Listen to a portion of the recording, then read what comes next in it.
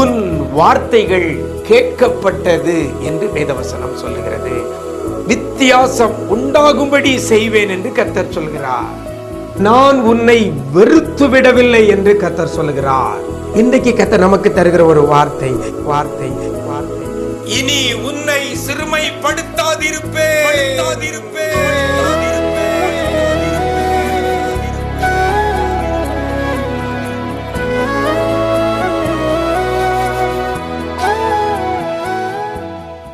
கிறிஸ்துவில் பிரியமானவர்களே, ஆண்டவரும் இரட்சகருமாய் இயேசு கிறிஸ்துவின் ஈடு இணையற்ற நாமத்தில் உங்களுக்கு அன்பின் வாழ்த்துக்கள். நிஜம் டிவியின் விசேஷித்த வார்த்தை நிகழ்ச்சி மூலமாக உங்களை சந்திப்பதிலே மிக்க மகிழ்ச்சி அடைகிறேன். நல்லா இருக்கிறீங்களா?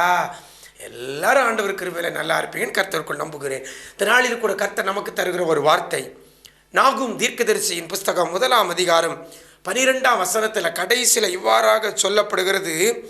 இனி உன்னை சிறுமைப்படுத்தாதிருப்பேன் என்று கர்த்தர் சொல்லுகிறார். சிறுமைப்படுத்தாதிருப்பேன். எப்போ? இனி. யாரை? உன்னை என்று வேதவசனம் சொல்லுகிறது. எனக்கு அருமையான தேவஜனமே, சிறுமைப்படுத்தப்பட்ட சூழ்நிலையில் இருக்கிறீங்களா? உங்களுக்கு நேராக இந்த வார்த்தை வருகிறது, உன்னை சிறுமைப்படுத்தாதிருப்பேன். எனக்கு அருமையான தேவஜனமே, இன்னைக்கு அநேக காரியல சிறுமைப்படுத்தப்பட்ட சூழ்நிலையில் இருக்கிறோம். வியாதியினால சிறுமைப்படுத்தப்பட்டிருக்கிறோம்.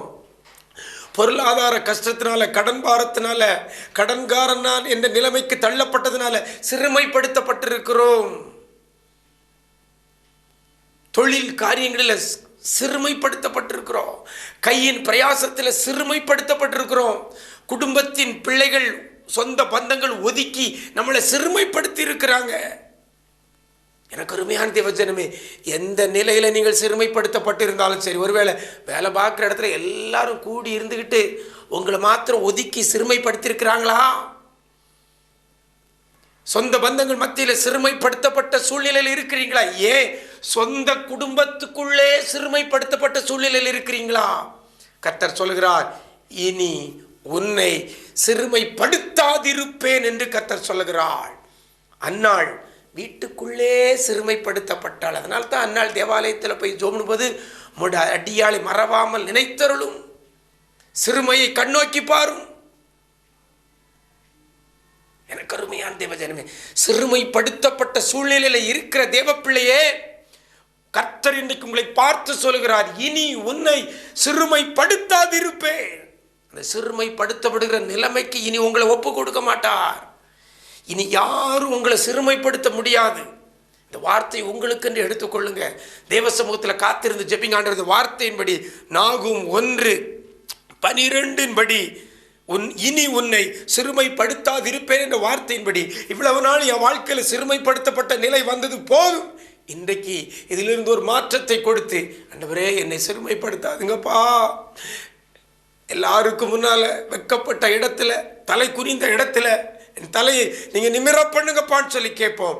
கர்த்தர் நிச்சயமாகவே நம்மை சிறுமைப்படுத்தாதபடி கர்த்தர் நம்முடைய தலையை நிமிர பண்ணுவார். வேலை பார்க்குற இடத்துலையும் சரி, குடும்பத்துக்குள்ளேயும் சரி, படிக்கிற இடத்துலையும் சரி, எங்கே ஆனாலும் சரி, எந்த இடத்துல எந்த சூழ்நிலையிலையும் கர்த்தரை நீ சிறுமைப்படுத்தாதபடி உங்களை உயர்த்துவார். அப்படிப்பட்ட கிருபையை கர்த்தர் தருவாராக. நாம் ஜெபிக்கலாமா?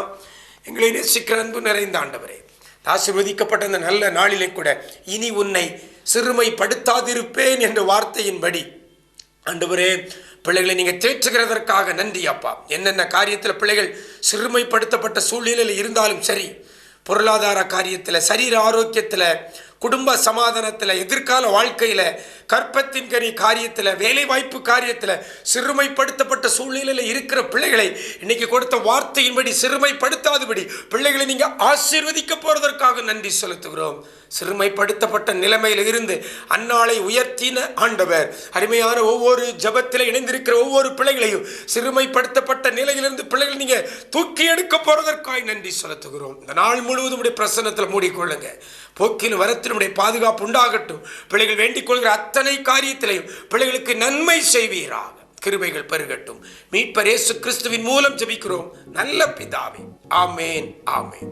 பிரியமானவர்களே, கர்த்தர் ஒரு வாக்கு கொடுத்திருக்கிறார். இனி உன்னை சிறுமைப்படுத்தாதிருப்பேன் என்று சொல்லியிருக்கிறார். அந்த வார்த்தையின்படி கர்த்தர் உங்களை ஆசீர்வதிப்பார். God bless you.